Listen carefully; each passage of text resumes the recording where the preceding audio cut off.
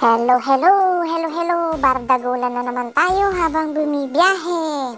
Eto na, meron daw isang turistang incheck na pumunta ng Pilipinas at sumakay sa isang taxi.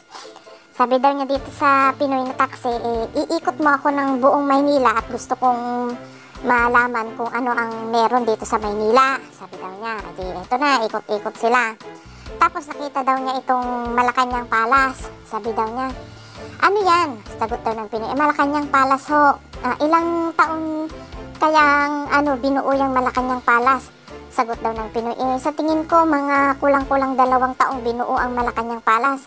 Eto daw, nagyabang daw ang incheck. Sabi daw niya, sa amin sa China, pag mga ganyang palasyo, mga 8 buwan lang yan namin ginagawa. Ganun kabilis ang mga trabahador doon sa amin. Sabi daw niya, hindi ikot-ikot uli sila. Napadaan uli daw sila sa Mall of Asia. Sabi daw ganun itong incheck. Mall of Asia. Mga ilang taon kayang ginawa yung Mall of Asia? Sabi daw niya. Sagot daw nitong Pinoy na driver, sa tingin ko po mga 6 na buwan hanggang 8 buwan na gawa yan. Ay naku, sabi na naman daw nitong incheck na mayabang. Sa amin, sa China, mga ganyang mall, ginagawa lang yan sa amin ng 2 hanggang 3 buwan. Sabi daw. Tapos nayayabangan na talaga itong Pinoy na to. Nung nakaikot na ng Maynila, sabi daw siya, ibaba mo na ako. Magkano ba ang babayaran ko? Sabi daw nitong Pinoy 20 mil ho. Sabi niya, bakit naman ang mahal? Ilang 2 lang naman yung nakita nating mahahalagang building dito sa Maynila. 20 mil agad. Ang bilis namang pumatak niyang metro mo. Sa angal daw nitong incheck, sagot daw nitong Pinoy, ganun ho kabilis itong metro ko kasi made in China. Sapa.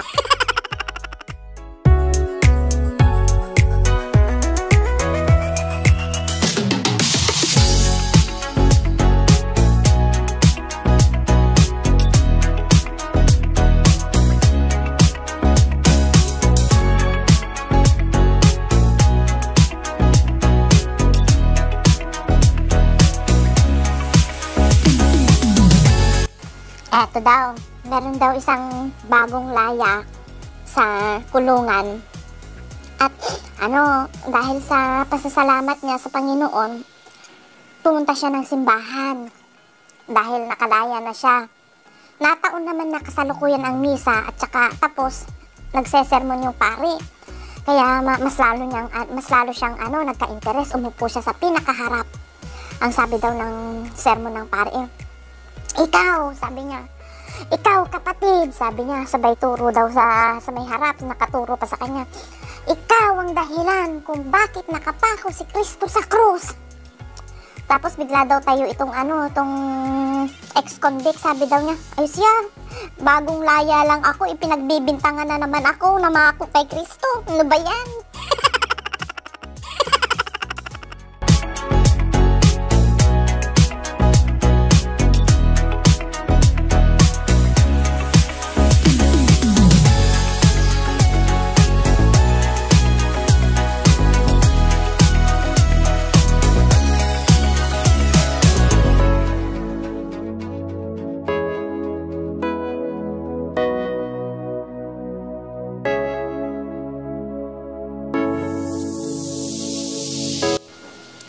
Ito daw, sa isang classroom, tinawag daw ng teacher si Kulas. Sabi daw niya, Kulas, what is electricity?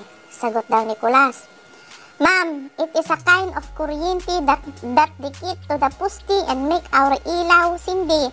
But once you touch the kuryente, oh my gosh, you're the best dancer of gimme.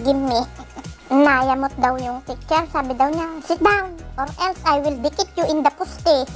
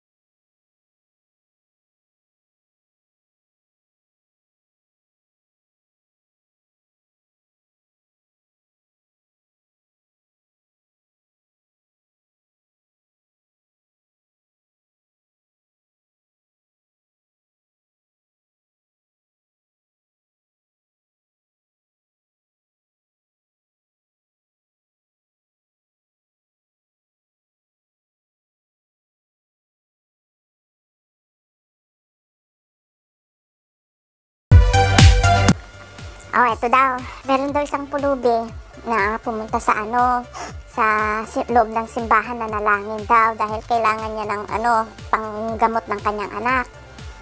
Taimtim daw siyang nagdadasal. Tapos nakalukuhod siya. Tapos sa likod niya, merong isang pulis na nagdadasal din. Sabi daw nitong Ali, Lord, bigyan mo naman ako ng 500, pambili ko lang ng gamot ng anak ko. Sabi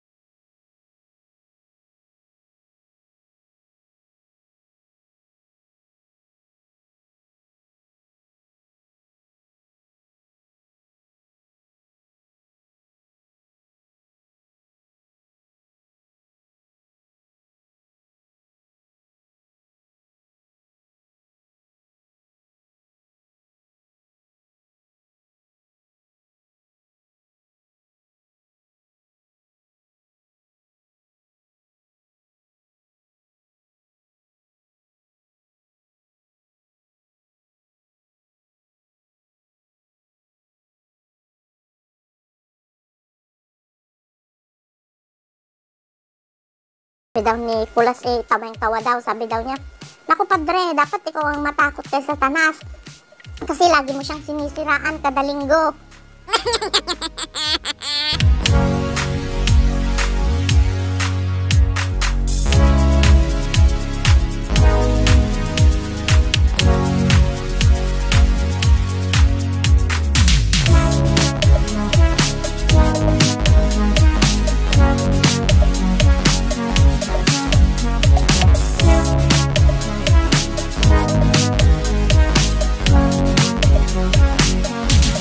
Eto na nga, huling bardagol na natin mga kapatid. Eto daw, sa loob daw ng classroom, sabi daw nitong teacher sa kay Kulas, Kulas, kung merong 5 ibon sa isa nga at binaril ko yung isa, ilan ang natira? Sabi daw ni Kulas di syempre wala ma'am kasi lumipad na silang lahat. Sagot daw ng teacher, mali, 4 pa rin kasi binaril ko nga isa, pero yung mga ganyang pag-iisip mo na masyadong mabilis, gustong gusto ko yung mga ganyan, sabi daw nitong teacher. Ito naman daw, sabi naman daw ni Kulas, ma'am, ako din may tatanong sa inyo. Sige, sabi daw ng teacher. Ang tanong daw ni Kulas, merong 3 ale kumakain ng ice cream, sabi daw. Yung isa, kinakagat yung ice cream. Yung isa naman, sinusubo yung ice cream. At yung isa, dinidilaan yung ice cream. Sino sa kanila ang may asawa? Sagot daw nitong teacher na kinakabahan. Yung sumusubo ng ice cream. Sabi daw ni Kulas, mali ma'am. Kung sino po sa kanila yung may wedding ring. Pero gusto ko rin po kayong mag-isip ng ganyan. Masyado din pong mabilis.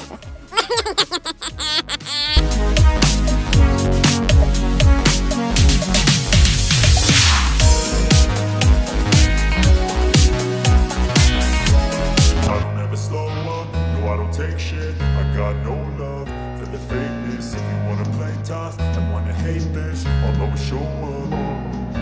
I don't ever slow up, no I don't take shit. I got no love for the fakeness. If you wanna play tough and wanna hate this, I'll always show up and make a statement. I don't ever slow up, no I don't take shit. I got no love for the fakeness. If you wanna play tough and wanna hate this, I'll always show up and make a statement. Everything I do so instinctive and so passionate. Every word I move so descriptive like an adjective. I got a vendetta against people who patented being negative when you should be getting after it.